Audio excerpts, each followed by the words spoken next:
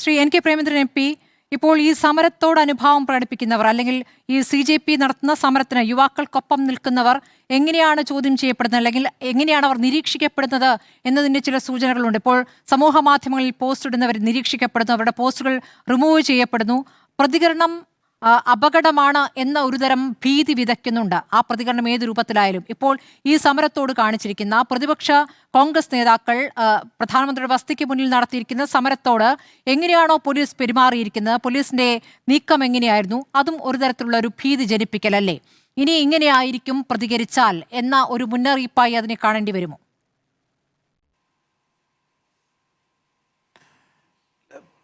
ഭരണകൂടത്തിൻ്റെ ഭാഗത്തു നിന്നതൊക്കെ പ്രതീക്ഷിക്കേണ്ടതാണ്. നമുക്കറിയാം, ആദ്യം CJPയുടെ നേതൃത്വത്തിൽ വിദ്യാർത്ഥി സമൂഹം സമരവുമായി രംഗത്ത് വന്ന ഘട്ടം മുതൽ തന്നെ ഇത്തരത്തിലുള്ള എല്ലാ ഭീഷണിയും ഈ ഗവൺമെൻറ് ഉപയോഗിച്ചതാണ്. അനുവാദം കൊടുക്കാതിരുന്നു, അവസാനം അനുവാദം കൊടുക്കാൻ നിർബന്ധിതമാകുന്ന സാഹചര്യം വന്നു. ആ സമരവുമായി ബന്ധപ്പെട്ട് കഴിഞ്ഞ ദിവസം എല്ലാ മുൻകരുതലുകളെയും തകർത്തെറിഞ്ഞുകൊണ്ടാണ് സത്യത്തിൽ വിദ്യാർത്ഥികൾ ഏതാണ്ട് അവരുടെ സമരവുമായി ബന്ധപ്പെട്ട് പാർലമെൻറ്റിൻ്റെ ഗേറ്റ് വരെ, റെയിൽവേ ഭവൻ വരെ എത്തി. നമ്മൾ കണ്ടതാണ്, പല ചിത്രങ്ങളിലും കണ്ടതാണ്, തത്സമയ സംപ്രേഷണത്തിലൂടെ കണ്ടതാണ്.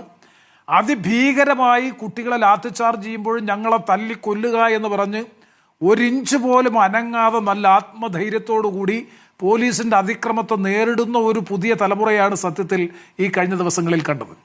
അതുപോലെ തന്നെ സമൂഹ മാധ്യമങ്ങളിൽ പോസ്റ്റ് ഇടുന്നവരെ അല്ലാത്തവയും ഒക്കെ കണ്ടെത്തിക്കൊണ്ട് പല രൂപത്തിൽ ദേശവിരുദ്ധ കുറ്റം ചുമത്തിക്കൊണ്ട് പലതരത്തിലുള്ള പീഡനങ്ങളും ഭീഷണിയും ഇതിൻ്റെ ഭാഗമായി ഉണ്ടാകുമെന്ന കാര്യത്തിൽ സംശയം വേണ്ട.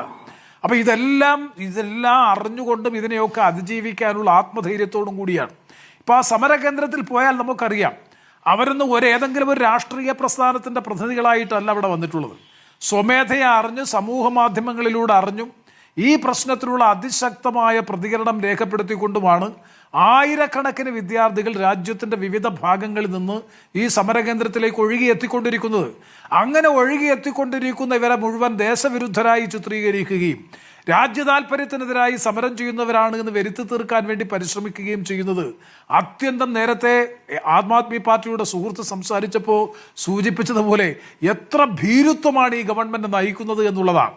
അവിടെയാണ് ഇന്ന് പ്രതിപക്ഷ നേതാവ് ശ്രീ രാഹുൽ ഗാന്ധി അടക്കം കോൺഗ്രസിൻ്റെ നേതൃത്വത്തിൽ പ്രധാനമന്ത്രിയുടെ ഓഫീസിലേക്ക് നടത്തിയിട്ടുള്ള മാർച്ചിനെ കൈകാര്യം ചെയ്ത രീതിയും അത്തരത്തിലൊരു ഭീഷണി സമൂഹത്തിന് നൽകാൻ വേണ്ടിയിട്ടാണ്.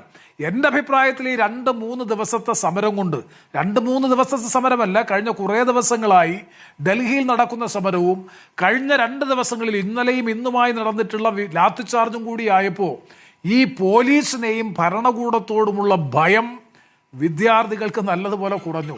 അതുകൊണ്ടാണല്ലോ ഇത്രയും ലാത്തിച്ചാർജ് ഉണ്ടായിട്ടും ഇന്നും സമരകേന്ദ്രത്തിലേക്ക് നൂറുകണക്കിന് വിദ്യാർത്ഥി, കൗമാര, യൗവന പ്രായത്തിൽപ്പെട്ട പുതുതലമുറ ഇപ്പോഴും ഒഴുകിയെത്തിക്കൊണ്ടിരിക്കുന്നത്.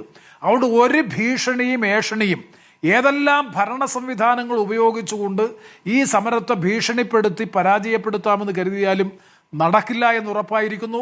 രാജ്യം ഉണർന്നിരിക്കുന്നു. ആ ഉണർവിൻ്റെ ഉജ്ജ്വലമായ പ്രതീകമായിരുന്നു ഇന്ന് രാജ്യ തലസ്ഥാനം കണ്ട, പ്രത്യേകിച്ചും അതിൽ ഏറ്റവും പ്രധാനമായി പറയാൻ ഞാൻ ആഗ്രഹിക്കുന്നു, കഴിഞ്ഞ ദിവസം രാജ്യത്തിൻ്റെ ഭാവി യുവതലമുറ എന്ന് വിശേഷിപ്പിക്കാൻ കഴിയുന്ന ന്യൂജൻ എന്നൊക്കെ ബഹുമാനപ്പെട്ട പ്രധാനമന്ത്രി മൻ കി ബാത്തിലൊക്കെ ആവേശത്തോടു കൂടി പറയുന്ന പുതുതലമുറയുടെ തലമണ്ട തല്ലിപ്പൊളിച്ചും കൈകാലടിച്ചൊടിച്ചും ഭീകരമായ മർദ്ദനം അഴിച്ചു വിട്ടുകൊണ്ട് നടത്തിയ ആ ഭീകരമായ ലാത്തിച്ചാർജോടുകൂടി ഈ സമരത്തിൻ്റെ ശ്രദ്ധ ദേശീയ തലത്തിൽ രാജ്യാന്തര രംഗത്തേക്ക് തന്നെ വന്നിരിക്കുന്നു. അത് കോൺഗ്രസ് അടക്കമുള്ള പ്രതിപക്ഷ രാഷ്ട്രീയ പ്രസ്ഥാനങ്ങൾ ആ സമരം തെരുവിൽ നടത്താൻ, തെരുവിൽ ഏറ്റെടുത്ത് നടപ്പാക്കാൻ വേണ്ടി തീരുമാനിച്ചതോടുകൂടി സമരത്തിൻ്റെ മുഖം മാറി.